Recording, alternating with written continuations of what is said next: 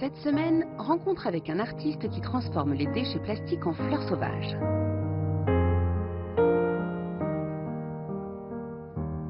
Je suis William Amor, je me présente comme artiste plasticien ennoblisseur de matières délaissées. Ma démarche, elle est née il y a très longtemps. En fait, j'ai toujours été, on va dire, un artiste sensible. J'ai toujours créé dans mon coin. Et c'est une démarche que j'ai, qui a 15-20 ans dans mon coin.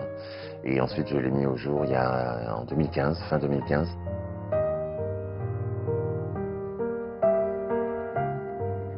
Mon parcours est un peu inhabituel. Alors, je suis passionné de botanique depuis que je suis môme. Là, c'est quelque chose qui est dans mes veines naturellement. Je devais connaître la nomenclature botanique dès l'enfance et j'étais déjà un collectionneur et je rêvais d'être botaniste. Mais création messagère, pour moi, il est venu naturellement. Ça représente vraiment ce que je voulais conter dans ma démarche et dans mes créations et aussi dans mon entreprise.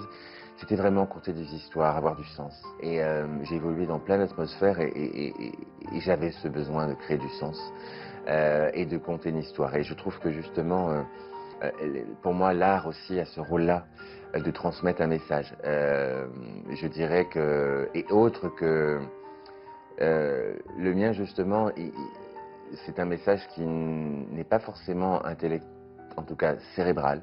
Voilà. Je dirais que je voulais provoquer l'émotion naturelle. Justement, comme l'émotion qu'on peut retrouver devant une fleur.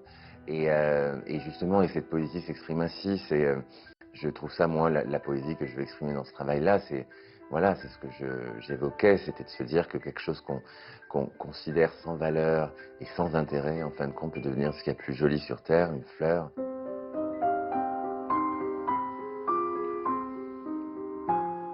Mon regard, en quelque sorte, c'est aussi aiguisé, en fait, sur le matériau un peu ingrat qui est jeté, délaissé. Et c'est vrai que mon regard, ça est attiré, justement, par ce type de matériau, parce que, du coup, ça en va dans cette poésie où, du coup, j'aime ce challenge. Pour certains projets, je travaille avec les déchets de mon client, donc soit des marques, des entreprises, ou même, ça m'est arrivé, des collectionneurs, hein, des gens qui m'apportaient leurs propres déchets, parce que comme derrière on raconte une histoire, donc ça c'est assez chouette. Donc du coup, je travaille avec la matière qui m'est à disposition. On part de dessins et ensuite c'est des patrons qui sont réalisés, qui vont être apposés sur les matières, etc.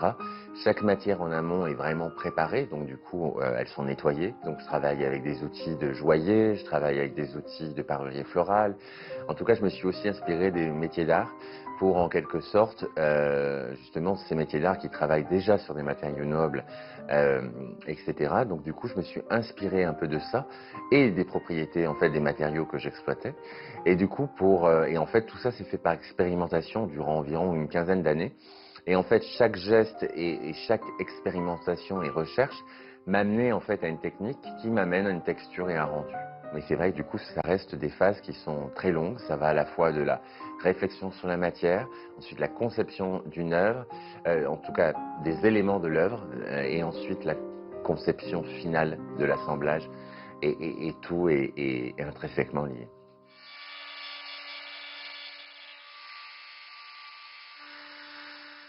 Pour moi, la fleur est un être vivant fascinant. Déjà, c'est un des organismes vivants les plus évolués sur Terre.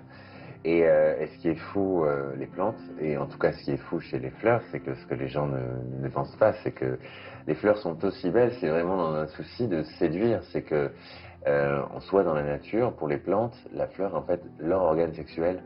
Donc, et en fait, toute cette beauté est vraiment dans cet objectif de séduire. Donc, je trouve ça assez fou et assez fascinant que justement, un être vivant comme celui-ci ait un peu imaginé justement des créations haute couture pour attirer justement l'insecte qui va permettre la reproduction de la plante. Donc je trouve que c'est un être vivant juste exceptionnel.